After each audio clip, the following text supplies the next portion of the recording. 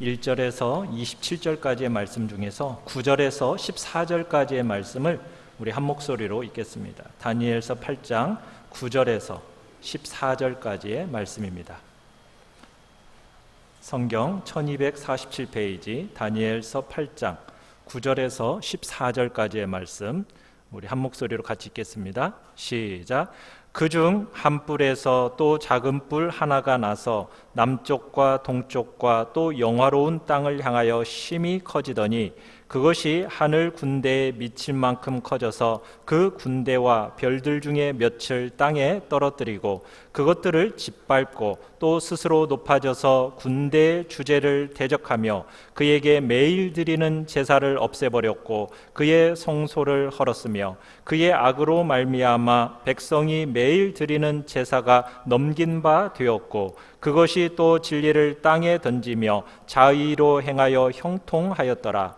내가 들은즉 한 거룩한 이가 말하더니 다른 거룩한 이가 그 말하는 이에게 묻되 환상에 나타난 바 매일 드리는 제사와 망하게 하는 죄악에 대한 일과 성소와 백성이 내준 바 되며 짓밟힐 일이 어느 때까지 이를꼬 하매 그가 내게 이르되 2300 주야까지니 그때 성소가 정결하게 되리라 하였느니라. 아멘. 우리 말씀의 제목을 같이 한번 읽어보겠습니다. 시작. 적그리스도의 모형, 적그리스도의 모형이라는 제목입니다. 우리가 지난주 다니엘 7장 말씀을 볼 때 다니엘이 벨사살 왕 원년에 인류 역사 전체에 대한 비전을 보았습니다. 바벨론 제국으로부터 시작해가지고 메데 바사 제국, 그리고 헬라 제국, 그리고 그 헬라 제국을 거쳐서 로마 제국에 이르는 인류 역사의 내용과 함께, 그리고 예수 그리스도께서 재림하셔서 하나님의 왕국을 완성하신다라는 그 비전을 우리가 지난 7장에서 보았습니다. 오늘 우리가 보게 되는 이 다니엘 8장은 벨사살 왕 3년에 이제 인류 역사의 한 부분, 일부분에 대한 비전을 보게 되는 겁니다. 특별히 8장의 내용이 보여주는 것은 무엇이고 특별히 무엇에 초점을 맞춰진 것이냐 하면 종교개혁자 마틴 루터는 이렇게 이야기를 했습니다. 이 다니엘서 8장은 안티오커스라는 사람과 적그리스도에 관한 것이다, 이렇게 기록을 했어요. 이게 무슨 뜻일까? 안티오커스, 이 안티오커스라는 사람은 어떤 인물이고 또 적그리스도와는 어떤 관계가 있는 것일까? 우리가 한번 생각해 볼 필요가 있습니다. 그러니까 학자들은 이 안티오커스라는 사람이 적그리스도를 미리 보여주는 모형이다 라고 이야기를 합니다. 그렇다면 안티오커스라는 사람이 어떤 면에서 적그리스도의 모형이 된 것일까? 우리가 살펴볼 건데요. 여러분, 적그리스도라는 존재는 예수 그리스도께서 재림하시기 직전에 나타나서 하나님을 대적하고 예수 그리스도를 반하며 그리고 하나님의 백성들을 핍박하고 박해하는 어떤 인물이나 세력을 적그리스도라고 이야기를 합니다. 예수 그리스도의 재림 직전에 그 적그리스도가 나타나게 될 건데 그 적그리스도의 모형으로서 역사 속에서 가끔 나타났다가 사라집니다. 마치 적그리스도라는 화산이 있으면 그 화산이 인류 역사 전체 속에서 휴화산으로 이렇게 존재했다가 가끔씩 활화산으로 터지는 거예요. 마치 출애굽 시대의 바로 같은 존재, 로마 제국 시대의 네로 같은 존재, 그리고 요즘 이제 전에 2차 세계대전 때 히틀러 같은 존재, 김일성 3부자 같은 존재, 이런 존재들이 역사 속에서 적그리스도의 모형으로서 터지는 겁니다. 그리고 마지막 예수 그리스도의 재림 직전에 그 적그리스도라는 존재가 인물 혹은 세력으로서 나타날 것을 우리에게 미리 경계함으로 보여주는 그 모형이 적그리스도의 모형이라는 거예요. 우리나라에서도 일제 강점기 때 일제가 하나님의 백성들을 박해하고 신사참배를 강요하는 적그리스도적인 행위가 있었습니다. 적그리스도적인 그 박해가 심했던 그 일제 강점기 때 우리 그리스도인들은 신앙을 어떻게 지키고 어떻게 표현했는가, 우리는 그것을 한번 살펴볼 필요가 있고, 이제 말세를 살아가는 우리, 이 시대를 살아가는, 말세 시대에 살아가는 우리에게 있어서도 적그리스도라는 그 존재가 나타나게 됐을 때 우리는 어떻게 우리의 신앙을 지키고 어떻게 해야 할 것인가, 그것을 우리에게 보여주는 겁니다. 오늘 본문의 그 교훈을 통해서 우리는 그 부분을 적용해 나가야 된다는 얘기죠. 자, 우리 1번을 같이 한번 읽어보겠습니다. 시작. 순양과 순염소.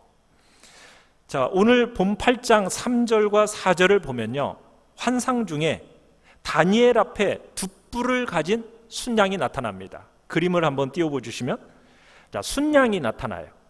근데 이 순양이 을레 강변에 서 있습니다. 두 뿔이 다 길어요. 근데 그 중에 한 뿔이 나중에 온 것이 더 길어집니다. 그 순양이 서쪽, 북쪽, 남쪽 지역을 뿔로 받아요. 그런데 어떤 동물도 그 순양을 당할 수가 없어요.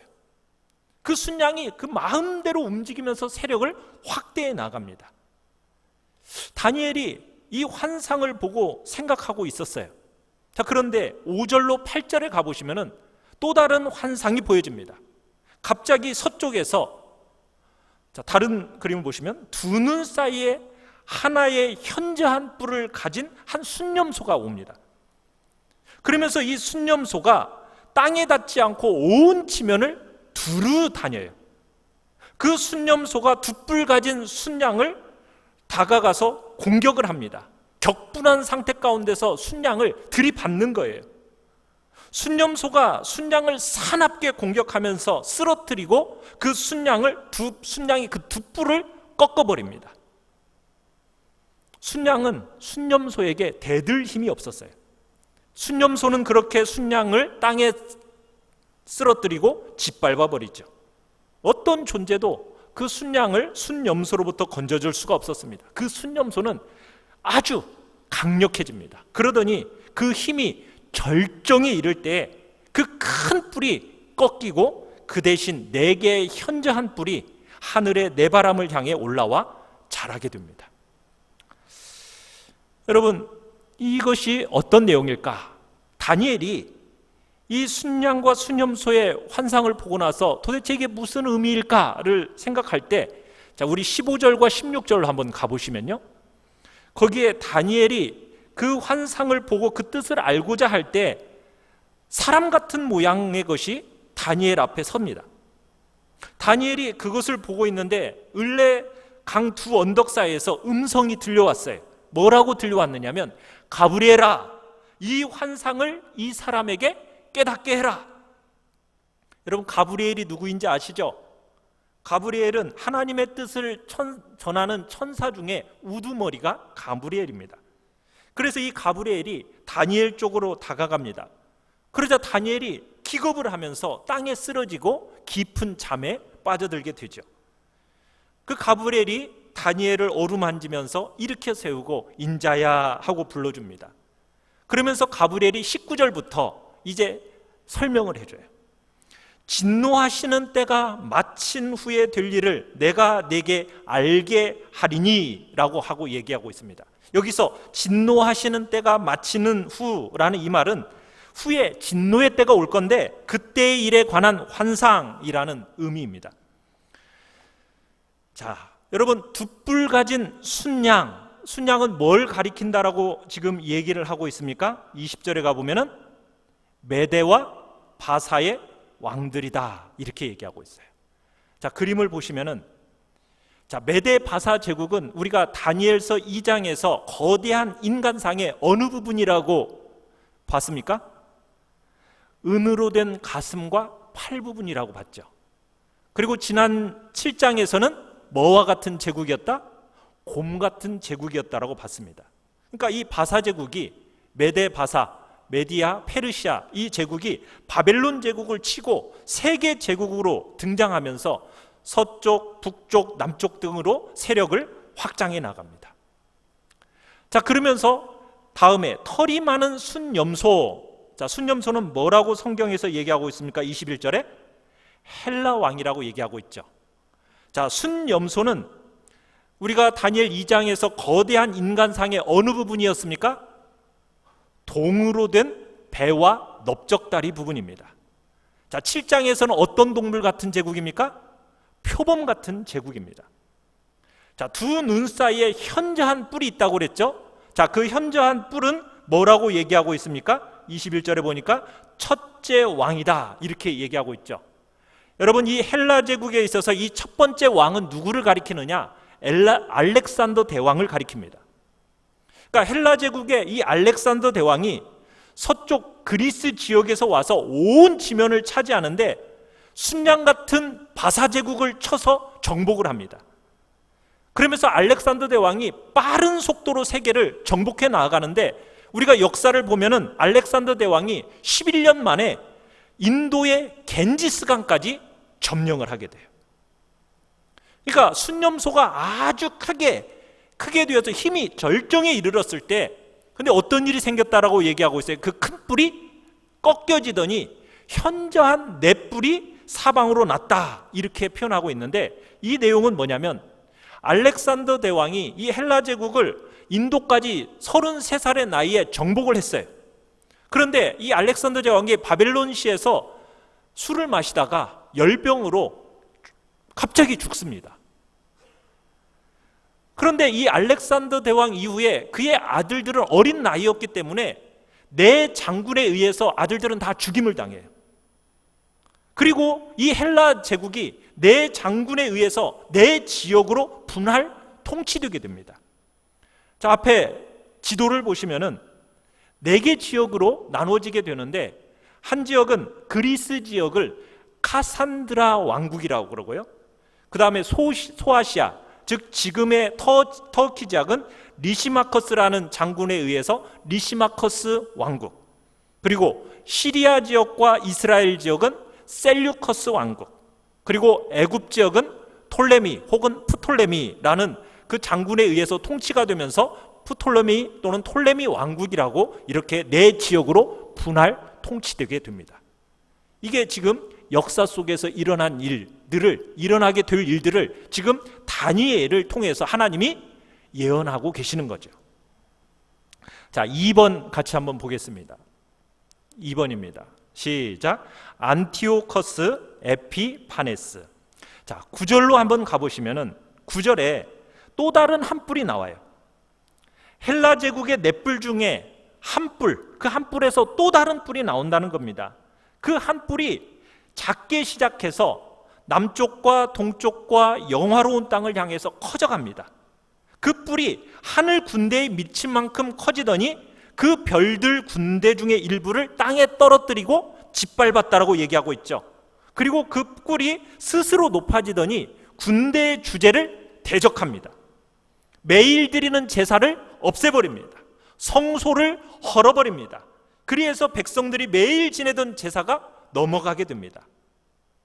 작은 뿔이 하는 모든 일들이 잘 되어가니까 진리를 땅에 던져버립니다. 여러분, 9절에서 12절의 이 환상은 무엇을 의미하는 걸까? 자, 23절로 가보시면은 가브리엘이 이 부분에 대해서 해석합니다. 뭐라고 해석을 해놓았냐면 헬라 제국에 속한 네 왕국이 이제 마지막 말년이 되면 반역이 극심해질 거라는 거예요. 그 극심해지는 반역의 시대에 한 왕이 일어난다는 거죠. 네 뿔에서 나오는 한 뿔, 헬라 제국 중에 한 왕국의 한 왕이 나오는데 그 왕은 얼굴이 뻔뻔하고 속임수가 능하다는 겁니다. 그리고 그 권력이 강해지는데 그것이 자신의 힘으로 되는 게 아니라는 거예요. 그러면 누구의 힘으로 되었다는 얘기일까요? 사탄이 주는 힘으로 막강해졌다는 얘기겠죠. 자, 그 한 왕이 가공스러운 파괴 작업을 하는데 하는 일마다 잘 풀려요.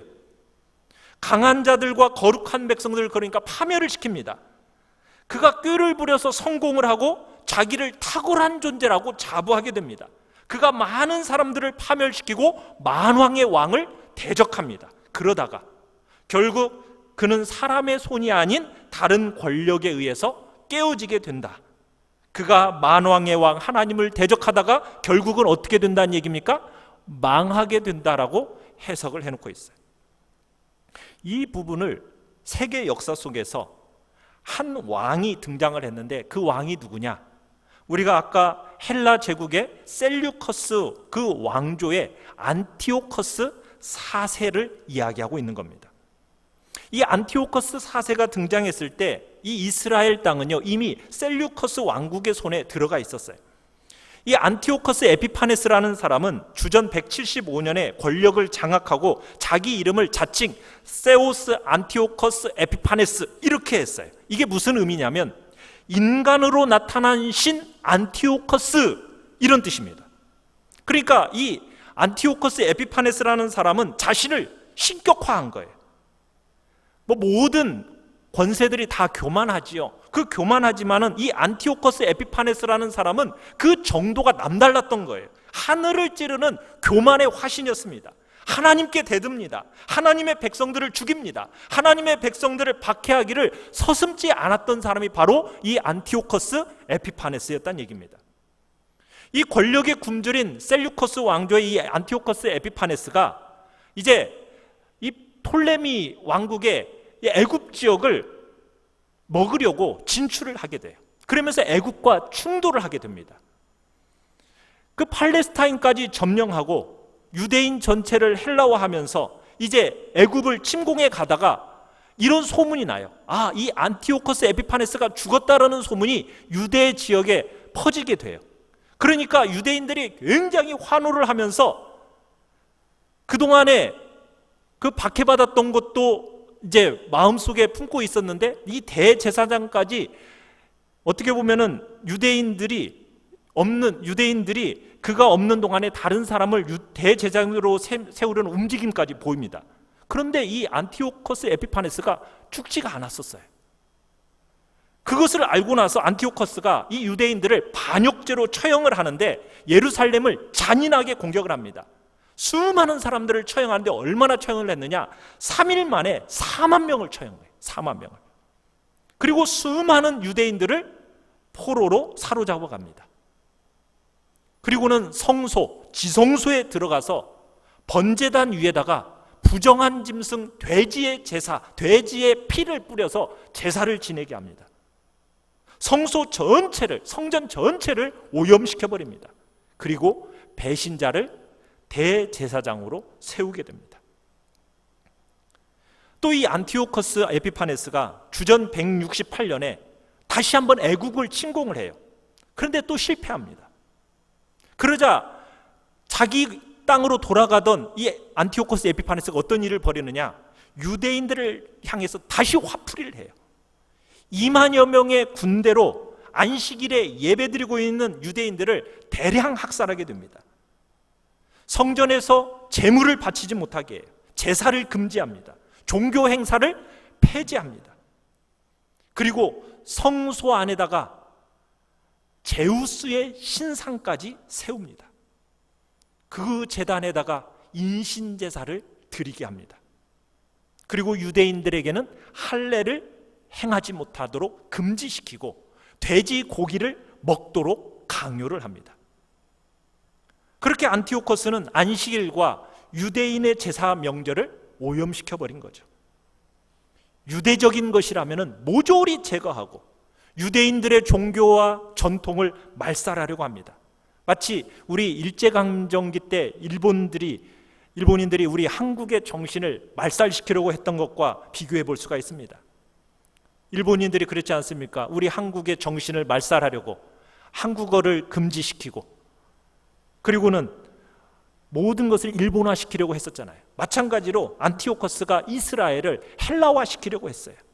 억지로 헬라어를 강요했고 헬라 문화를 강요했습니다. 거룩한 유대인들을 오염시켰고 그로 인해서 그를 따르는 사람과 그를 따르지 않는 사람들 사이에 다툼이 일어나게 됩니다. 자, 그러니까 안티오커스가 어떻게 했느냐? 하늘 군대, 즉 별들의 일부까지 땅에 떨어뜨려 버립니다. 무슨 얘기입니까? 하늘 별 무리와 같은 성도들을 어떻게 했다고요? 박해했다라는 상징적인 표현입니다. 하나님의 백성들을 도륙해버린 거죠. 진리를 땅에 던져버립니다. 율법책을 태워버리고 버리는 행위를 서슴지 않습니다. 유대인의 어머니가 아들에게 할례를 주잖아요. 그러면은 그 어머니가 아들을 목에 걸고 시가지를 통과해서 절벽까지 가게 하고 그곳에서 어머니와 아들을 밀어뜨려 떨어져 죽게 만들었다라는 것이 그 당시의 이야기입니다. 자, 그러면서 13절, 14절을 가보시면요, 13절, 14절에 이러한 적그리스도의 모형인 안티오코스 에피파네스가 언제까지 하나님과 하나님의 성전을 모독하고 하나님의 백성들을 박해할 것인가, 이게 나와 있어요. 자, 언제까지 할 거라고 이야기하고 있습니까? 14절에 보니까 2300주야 2300주야 만에 종지부를 찍고 성전이 회복되고 정화가 될 거라고 이야기를 합니다. 자, 그렇다면 2300일은 언제부터 언제까지일까요? 안티오코스 에피파네스가 주전 171년 9월 6일에 경건한 대제사장인 오니아스 3세를 물리치고 뇌물을 가지고 온 제이슨이라는 사람을 대제사장으로 임명합니다. 이때 유대인들이 분노가 하늘을 찌를 듯 했다고 그래요. 그때로부터 2300일, 그 후 주전 165년 12월 25일, 이때 어떤 일이 있었느냐? 마카비에 의해서 의거가 일어나게 되고, 그리고 이 에피파네스 군대를 무찌르고 성전이 정화되어지게 됩니다. 그날을 가리켜서 수전절이라고 부르게 되었어요. 우리가 요한복음 10장 22절에 가보면 예수님께서 수전절에 예루살렘에 올라가셨다라는 이야기가 나와요. 그러니까 예수님께서도 성전 회복과 재봉헌을 기념하는 이 수전절에 대해서 알고 계셨고, 예수님과 예수님 당시의 유대인들이 이 2300일을 예루살렘 성전이 헬라의 그 안티오코스 에피파네스라는 그 사람의 소나기로부터 벗어나 회복되고 재봉헌된 것으로 이해했다는 겁니다. 그래서 이 8장의 작은 뿔은 뭘 가리키는 겁니까? 적그리스도의 모형인 헬라 제국의 왕 안티오코스 에피파네스를 상징한다라는 것을 우리에게 보여주고 있는 거죠. 자, 세 번째를 같이 한번 읽어보겠습니다. 3번입니다. 시작. 환상에 대한 우리의 적용. 자, 우리 26절에서 27절 두 절의 말씀을 우리 한 목소리로 같이 한번 읽어보겠습니다. 시작. 이미 말한 바 주야에 대한 환상은 확실하니 너는 그 환상을 간직하라. 이는 여러 날 후의 일임이라 하더라. 이에 나 다니엘이 지쳐서 여러 날 앓다가 일어나서 왕의 일을 보았느니라. 내가 그 환상으로 말미암아 놀랐고 그 뜻을 깨닫는 사람도 없었느니라. 자, 순양과 순염소의 환상에 대한 다니엘의 반응에서 우리는 어떻게 적용할 것인가라는 교훈을 받을 수가 있습니다. 자, 우리 1번 같이 한번 읽어보겠습니다. 시작. 그 환상을 간직하라는 명령. 자, 26절에 보시면 주야에 대한 환상, 무슨 환상입니까? 적그리스도의 모형인 이 작은 뿔이 하나님을 대적하고 성전을 모독하고 하나님을 박해하는, 하나님의 백성을 박해하는 그 일이 2300주야 동안 계속된다는 이 환상을 이야기하는 겁니다. 그러니까 어느 기간 적그리스도의 방해 작업이 있다라는 거죠. 그렇지만 그 적그리스도의 그 방해가 영원히 계속됩니까? 아닙니다. 딱 정해져 있어요. 얼마요? 2300주야. 그 후에는 어떻게 된다고요? 하나님의 왕국이 도래한다라는 환상입니다. 그러니까 적그리스도의 모형에 관한 그 환상이 역사 속에서 매우 중요한 한 토막이니까 어떻게 하라고요? 간직하라는 거예요. 간직하라. 간직하라는 명령이 떨어지고 있어요. 여러분, 이 간직하다라는 것은 봉함하다, 도장을 찍어서 닫아두다, 이런 의미가 있는데, 이 간직하다라는 것은 그냥 덮어둬서 사람들이 보지 못하게 해라 이런 말의 의미가 아닙니다. 고이고이 그 마음속에 간직해서 다가오는 세대 모든 사람들이 볼 수 있도록 간직해라, 지금 그런 얘기예요. 적그리스도가 반드시 나타날 것이고 그 적그리스도의 방해 작업을 너희들은 경계하라는 거예요. 그렇지만 그 적그리스도는 영원하지 않다. 반드시 예수 그리스도께서 다스리시는 그리스도 하나님의 왕국이 온다. 그 희망의 복음을 전파하라는 내용이 이 간직하라는 이 말 속에 포함되어 있는 겁니다. 적그리스도의 모형에 관한 이 환상은요, 인류 역사 속에서 가끔씩 나타날 수 있는 작은 적그리스도에 관한 환상이에요. 우리 예수님께서도 예루살렘의 멸망을 인류 최종의 멸망의 모형으로 보시군요, 뭐라고 말씀하셨느냐? 내가 그리스도다라는 존재들이 여기저기서 많이 나타날 거라고 경계를 하셨어요. 그때 가짜 그리스도에 대해서 미혹하지 말라고 명령하셨죠. 또한 예수님께서는 재림하시기 전에 여러 가지 격변의 현상들이 많이 나타날 거라는 거예요. 그때 정신 바짝 차리라는 거예요. 그때 미혹되지 않도록 주의하라고 우리 주님께서 경고하셨습니다. 어떻게 경고하셨습니까? 우리 누가복음 21장 34절 같이 한번 읽어봅시다. 시작. 너희는 스스로 조심하라. 그렇지 않으면 방탕함과 술 취함과 생활의 염려로 마음이 둔하여지고 뜻밖의 그날이 덫과 같이 너희에게 임하리라. 우리 예수님께서 재림하시기 전 재림의 징조들이 나타날 그때 누가 나타난다고요? 적그리스도가 나타날 거라는 거예요. 그래서 하나님을 대적하고 하나님의 백성들을 박해하게 될 거라는 거예요. 그때 우리는 어떻게 하라고요? 방탕함과 술 취함과 생활의 염려로 마음이 둔하여지지 않도록 경성에 있어라, 깨어 있어라. 지금 다니엘에게 향해서도 마찬가지예요. 적그리스도의 모형에 관한 그 환상을 간직해라. 헬라 제국의 네 왕국 중에 하나가 한 뿔이 나타나서 하나님을 대적하고 성전을 모독하고 성도들을 박해할 때 너희들은 경성에서 대처해야 한다. 그래서 하나님은 다니엘에게 다니엘아, 너는 이 환상을 간직할 책임이 있다, 이렇게 말씀하신 거예요. 여러분, 이 적그리스도에 대한 이야기는요, 다니엘의 환상에만 있는 게 아닙니다.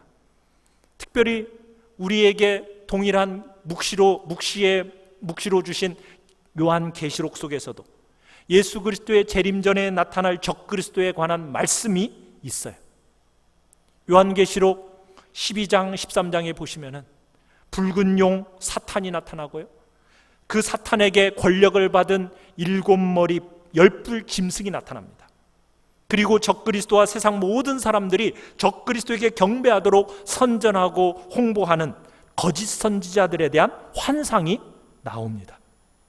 사탄, 적그리스도, 거짓 선지자, 이것들이 나타나서 하나님을 대적하고 하나님의 백성들을 박해하게 될 거라는 거예요. 그때 하나님의 백성들이 거기에 넘어가지 말고 끝까지 하나님을 믿어야 한다 말씀하고 있어요. 이런 말씀은 덮어버릴 말씀이 아니라는 거예요. 버려둘 말씀이 아니라는 거예요. 마음속에 간직해서 읽고 듣고 지켜야 할 말씀이라는 거예요. 적그리스도의 방해 작업을 경계하라는 거예요. 적그리스도의 방해 작업 앞에 마음이 꺾여서 절망하지 말고 그 방해 작업에 경계를 하라는 거예요. 그리고 그 적그리스도의 영향이라는 것은 끝까지 가는 게 아니다. 예수 그리스도께서 다스리시는 하나님의 왕국이 반드시 온다. 그 희망을 잊지 말고 너희들은 믿음을 끝까지 잘 지킬 것을 우리에게 말씀하고 있는 겁니다. 우리는 어떻게 보면 마지막 이 시대를 살아가는, 우리는 그런 지점에 있는지 모릅니다. 권세가 점점 강해지면 강해질수록 어디를 먼저 공격하는지 우리는 지금 보고 있어요. 그렇지 않습니까? 끊임없이 교회를 박해합니다. 예배를 패하게 만드는 일들이 가면 갈수록 더 극심해진다라는 거 우리는 기억해야 돼요. 그리고 경계하고 대처해야 됩니다. 2번 같이 한번 읽어보겠습니다. 시작. 여러 날 몸살을 앓은 다니엘. 다니엘은 적그리스도의 모형에 관한 환상을 보고는요, 지쳐가지고 여러 날 앓았어요. 다니엘이 환상을 보고 또 가브리엘의 해석도 들었지만요, 그 내용이 너무 무서운 데다가 자신이 다 깨닫지도 못하니까 놀래가지고 몸살을 앓았다 이렇게 얘기했어요. 그런데 여러분, 다니엘이 몸살을 앓은 것은요, 사실 그보다 더 깊은 이유가 있어요. 다니엘이 환상을 본 것은, 여러분, 이 환상은 다니엘로부터 몇 년 후의 일인지 아십니까? 약 400년 후의 일이에요. 그러니까 다니엘 자신은 이런 일 겪어요, 안 겪어요? 겪지 않을 일이에요. 어떻게 보면 다니엘은 안전하다고 할 수가 있어요. 다니엘은 죽는 날까지 평생 안전하게 살 수 있어요. 먼 훗날의 얘기입니다. 헬라 제국의 어떤 왕에 의해서 하나님의 백성들의 박해될 것이라는 그런 환상, 자기와는 어떻게 보면 직접적인 관련이 없어요. 그런데 그 환상을 보고서는 다니엘이 어떻다고요? 경악과 충격 속에서 몸살을 앓았다 이렇게 표현하고 있어요. 다니엘은 자신의 안전과 번영에 대한 관심 때문이 아닙니다. 하나님과 하나님의 나라와 그분의 백성 전체에 대한 지대한 걱정 때문에 몸살을 앓은 거예요. 사랑하는 성도 여러분, 우리도요, 다니엘처럼 하나님 나라 전체에 대한 아플 정도의 관심을 가지셔야 됩니다. 그저 나 하나, 나의 가족만 평안하면, 잘 살면 된다. 여러분, 그렇게 생각하면 안 돼요. 하나님의 나라에 어떻게 되든 관심 없고 오직 나와 나의 가족만 편안하면 된다라고 생각하면 안 된다는 거예요. 우리는 먼저 하나님의 나라와 그의 의의를 추구하는 삶이 되어야 됩니다. 하나님을 대적하고 하나님의 백성들을 박해하고 기독교를 말살하겠다라는 그 세력에 대해서 여러분, 무관심해서는 안 됩니다. 우리는 그러한 사실에 대해서 아픔을 가져야 돼요. 그리고 적그리스도의 세력을 경계해야 되는 것입니다. 여러분, 세상 짐승 왕국, 하나님의 인자 왕국, 이 두 왕국은 갈등하고 계속 싸우게 되어 있어요. 왜 교회만 이렇게 자꾸 세상은 우리를 괴롭히느냐? 당연한 겁니다. 세상은 짐승 왕국이거든요. 예수 그리스도의 인자 왕국을 끊임없이 공격하게 되어 있어요. 예수 믿는다는 이유로 여러분 억압받게 되어 있고요, 차별당할 수밖에 없습니다. 교묘하게 압박을 당하게 될 것이고 타협의 유혹을 받게 될 것입니다. 여러분, 하나님의 왕국과 세상의 왕국, 갈등 구조예요. 갈등을 겪을 수밖에 없는 거예요. 여러분, 그때 세상 왕국의 가치관에 따라서 우리 살아서는 안 됩니다. 하나님 왕국의 가치관에 따라 살아야 되는 겁니다. 8장에 나오는 적그리스도의 모형이 하나님을 대적하고 성전을 모독하고 하나님의 백성들을 박해하는 것처럼 지금도 세상은 우리 신자들이 하나님의 왕국의 가치관에 따라 살지 못하도록 위협하고 유혹하는 것입니다. 적그리스도의 모형이 제사를 폐지했던 것처럼 사탄은 항상 예수 그리스도의 십자가의 보혈에 근거한 예배를 폐지하려고 하는 거예요. 여러분, 예배를 폐지하려고 하는 것이 사단이 원하는 바예요. 그리고 그것을 향해서 끊임없이 우리는 공격을 당하고 있는 겁니다. 왜? 하나님과의 일상적인 교제를 나누지 못하도록 세상은 우리를 끊임없이 공격하거든요. 우리 그거 생각해야 돼요. 적그리스도적인 방해 작업들이 있다라는 거예요. 이때 여러분, 우리 아픈 마음 가져야 됩니다.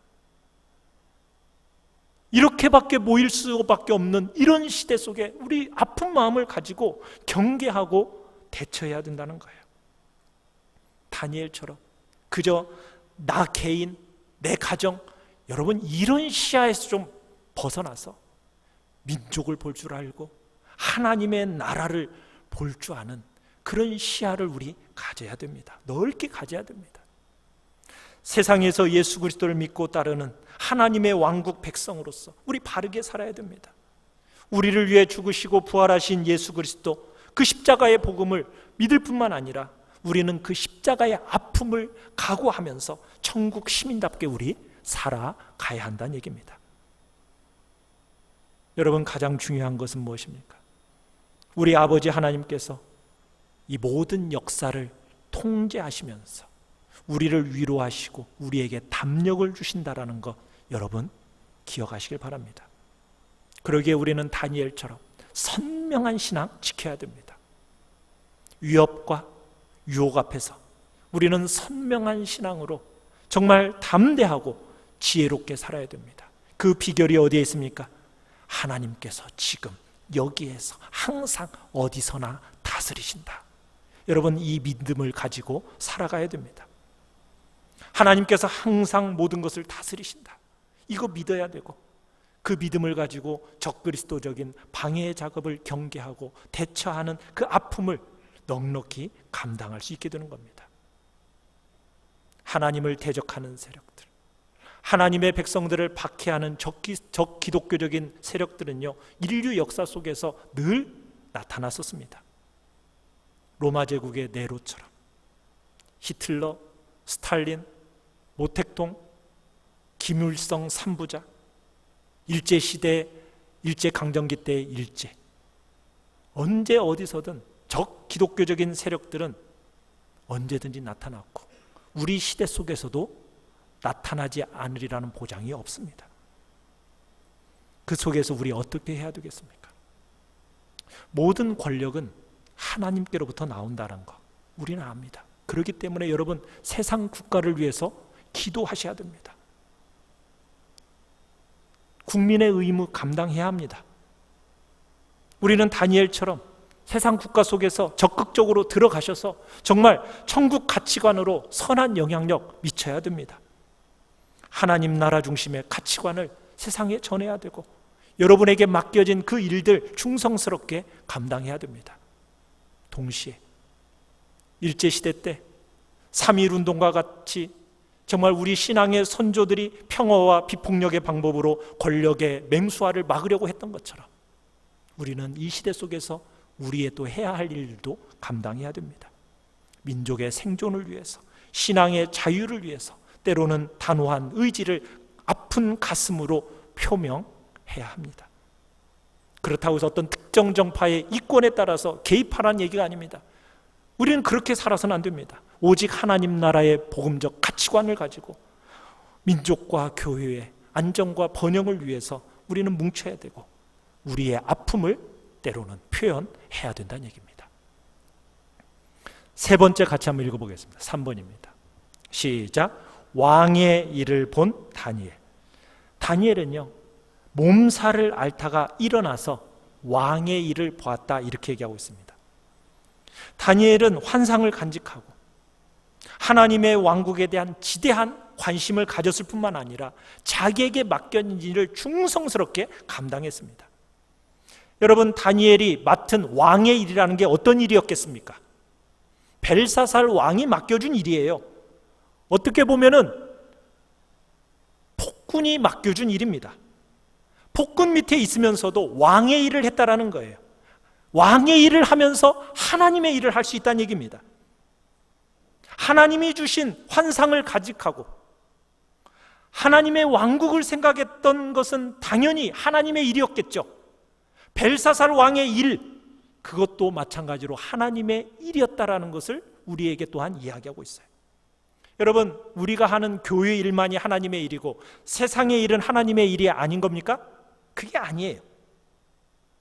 우주와 인간 세계 전체가 다 하나님께서 창조하시고 운행하시는 하나님의 통치 영역이에요. 어떤 일이든 하나님의 뜻을 어기지 않고 하나님의 뜻을 펴는 일이라면 그것은 다 하나님의 일입니다.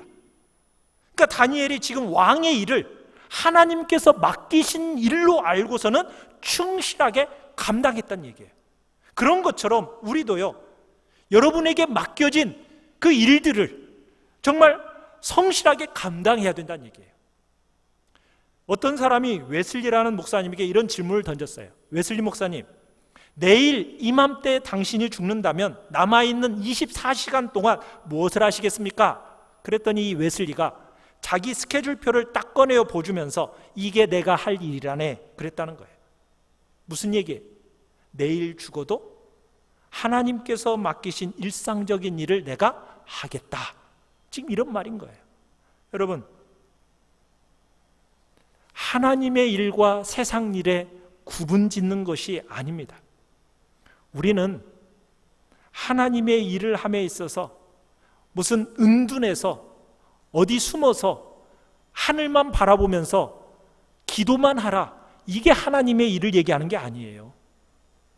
세상 속에서 우리에게 맡겨진 일들을 그 자리에서 성실하게 감당해 나가는 그 일이 바로 하나님의 일임을 우리에게 보여주고 있는 겁니다.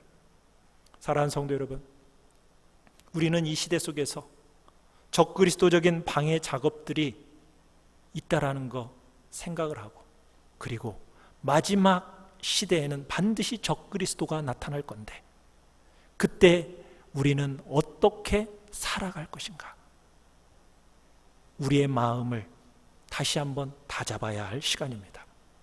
그리고 분명하게 기억해야 될 것은 하나님의 나라는 반드시 온다라는 것을, 그 희망을 잊지 마시고 우리는 천국 복음을 전파해야 됩니다. 이 세상에 모든 짐승 왕국 다 왔다가 사라져요. 그러나 예수 그리스도의 인자 왕국만큼은 멸망하지 않는 영원한 나라라는 거 기억하시면서 여러분 복음을 전파하시고 확신 가운데 살아가셔야 되는 겁니다. 하나님 나라의 시민으로서 예수 그리스도 안에서 하나님을 섬길 자유를 여러분 수호하기 위해서 현실을 방관하거나 침묵하지 마시고 함께 일어나서 선한 싸움 싸워 나가야 됩니다. 세상을 도피하고 은둔자로 살아가지 마십시오.